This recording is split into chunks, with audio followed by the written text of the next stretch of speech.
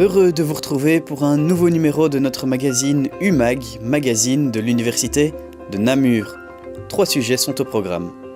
Des étudiants en sciences physiques apprennent à construire un moteur et doivent résoudre de nombreux problèmes à la fois théoriques et techniques.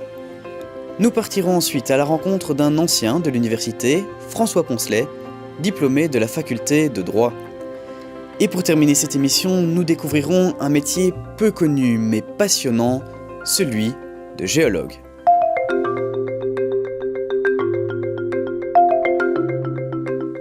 Beaucoup de recherche et de mise au point, de la patience aussi, c'est ce qui est demandé à des étudiants de premier bac en physique. Ils doivent construire un moteur à air chaud appelé moteur de Stirling et constitué de boîtes de conserve.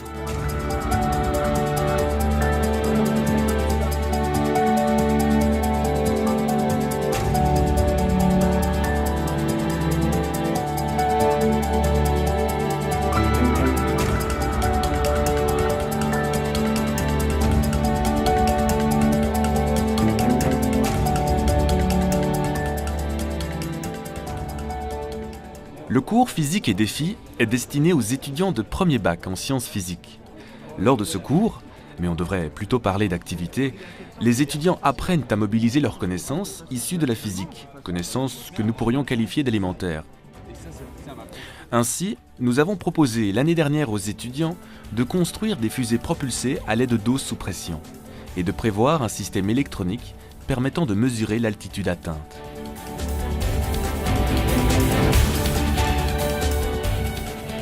Cette année, nous leur avons proposé de construire un moteur. Et pas n'importe quel moteur, mais un moteur à air chaud, encore appelé moteur de Stirling, et constitué de boîtes de conserve.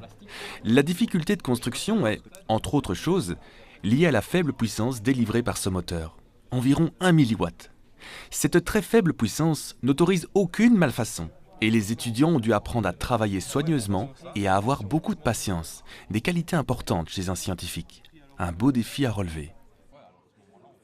Un second objectif du cours est de donner aux étudiants le goût de travailler ensemble, en équipe, ce qui nous paraît particulièrement important et que nous privilégions d'une manière récurrente à travers cette activité. Ainsi, pour leur permettre de réfléchir à leur dispositif, nous leur donnons la possibilité de se retrouver lors de réunions que nous avons baptisées séminaires. Lors de ceux-ci, les étudiants rencontrent des assistants du département de physique, ainsi que le professeur titulaire du cours. Ceux-ci seront alors leurs tuteurs durant leur projet. C'est lors de ces séminaires que les tuteurs discutent avec les groupes d'étudiants des difficultés rencontrées, et celles-ci peuvent être très variées.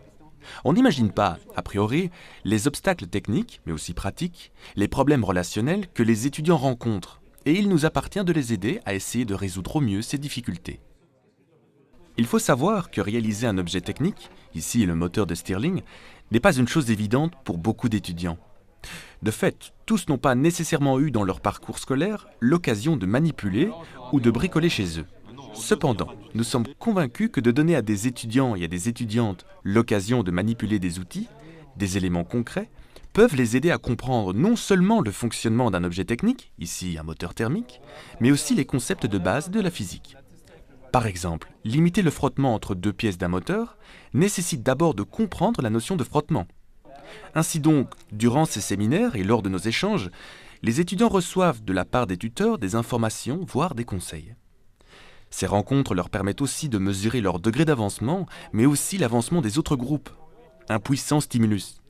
Malgré tout, les étudiants ne sont pas dans un climat de compétition, mais dans une ambiance de franche collaboration. Finalement, cette activité, physique et défi, donne aux étudiants l'occasion de réaliser un objet concret dont ils puissent être fiers, ce qui les invite à s'investir et à se dépasser. Si beaucoup signalent que l'activité est passionnante, il faut reconnaître que celle-ci nécessite un investissement en temps et en énergie important, mais porteur. Enfin, un projet de recherche, si limité soit-il, se présente à la communauté scientifique.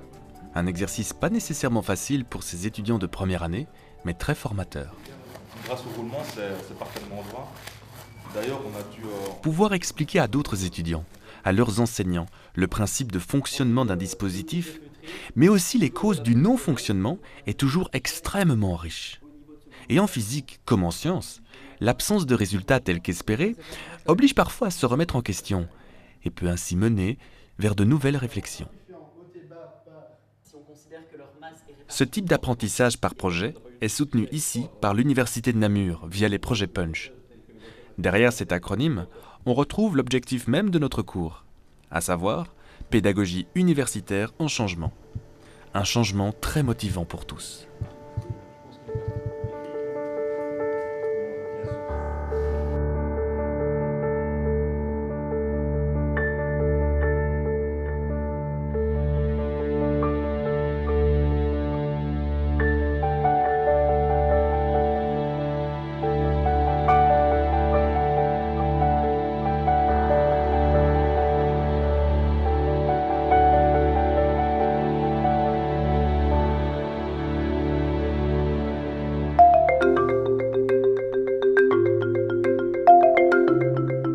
C'est François Poncelet, un ancien étudiant de la faculté de droit que nous vous invitons à rencontrer. Avocat, mais aussi cofondateur de la SBL namuroise École et Surdité, une école où des enfants sourds et malentendants vivent en immersion, en français et en langue des signes, parmi les élèves entendants.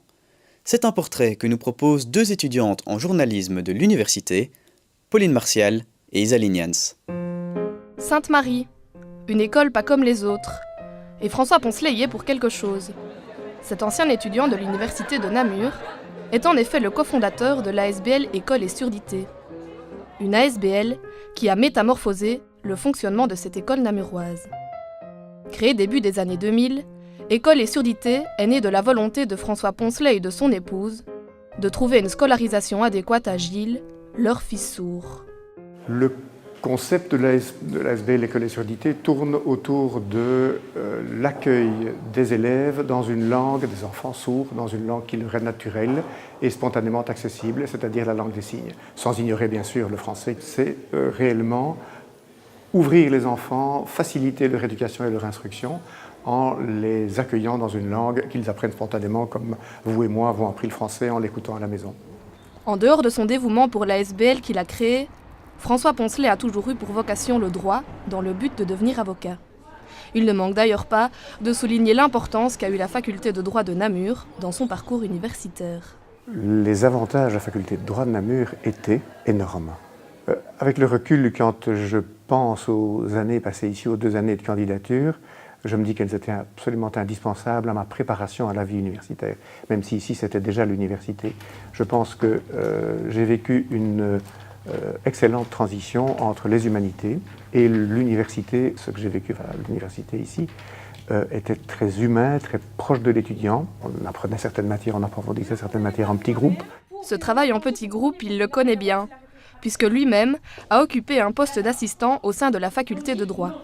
Ce poste, il l'a mené de pair avec son activité au barreau. J'ai toujours essayé, et je m'en suis toujours réjoui, de faire un lien très étroit entre ma profession d'avocat et ma profession d'assistant, en essayant d'approfondir devant mes étudiants des matières que j'avais touchées comme avocat.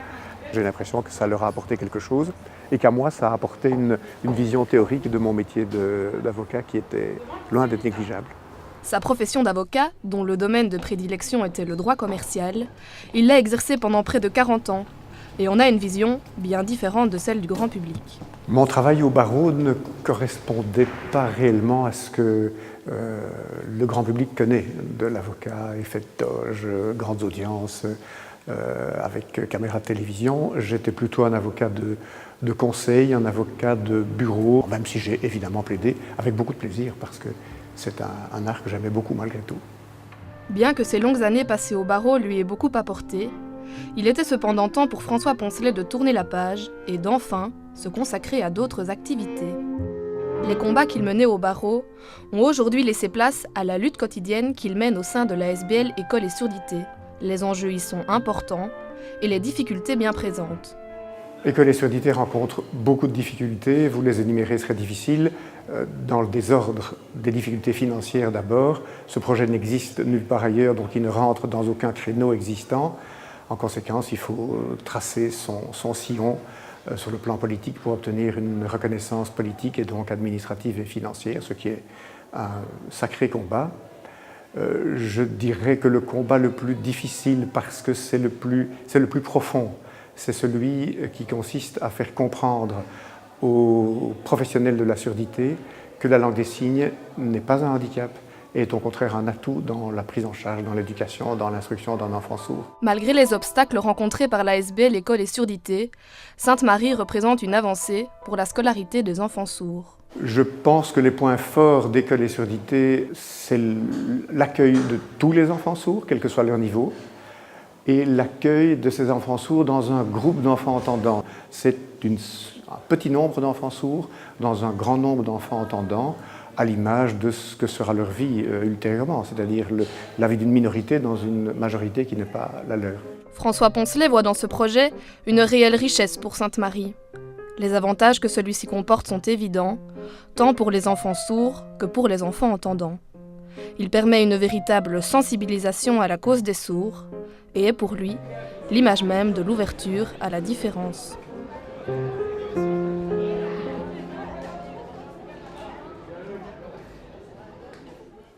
Et si vous désirez plus d'informations sur l'ASBL École et Surdité et sur son fonctionnement, vous pouvez visionner le film Les Funambules de Sainte-Marie via l'adresse qui s'inscrit en bas de votre écran.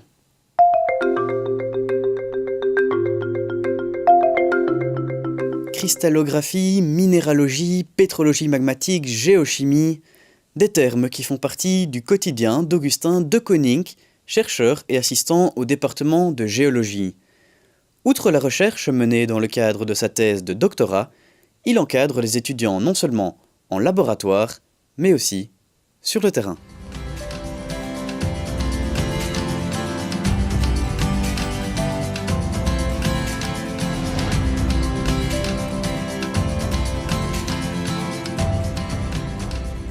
Mon quotidien ici à l'Université de Namur s'articule entre deux pôles principaux. D'une part, la recherche, plutôt ma thèse de doctorat, et d'autre part, l'assistanat, l'encadrement des étudiants ici à l'université.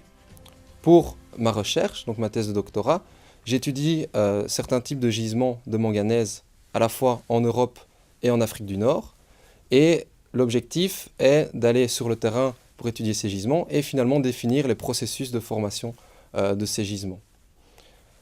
L'aspect assistanat, lui, est principalement focalisé sur l'encadrement des étudiants, qui commence directement sur le terrain depuis le début du cursus universitaire.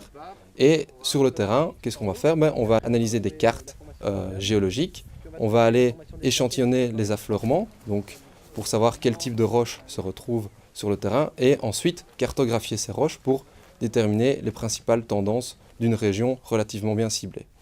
Ensuite, on a une analyse plus précise en laboratoire via des analyses au microscope qui permettent de définir plus précisément les caractéristiques de la roche que l'on étudie. Après ces résultats, les étudiants doivent établir des rapports pour mettre en musique un peu tous ces aspects terrain et laboratoire et finalement arriver à des conclusions sur la géodynamique, la formation de certaines zones de roches. La première chose qu'on se pose comme question au début d'une thèse, c'est qu'est-ce qu'il y aura à l'après-thèse, donc qu'est-ce qui va se passer par la suite. Alors, moi j'ai trouvé ça utile de suivre un certificat en compétences transversales supplémentaire à la thèse parce que ça me permet de gérer au quotidien à la fois mon planning, aussi le budget et gérer mon temps de manière générale.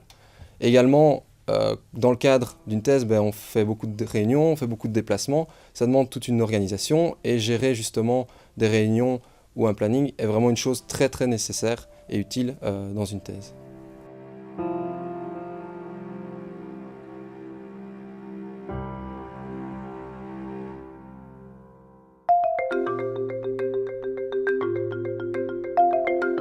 Toutes nos émissions diffusées par votre télévision locale sont en ligne sur le site dont l'adresse apparaît en bas de votre écran. Voilà, notre UMAG se clôture ici. Bonne fin de soirée à vous.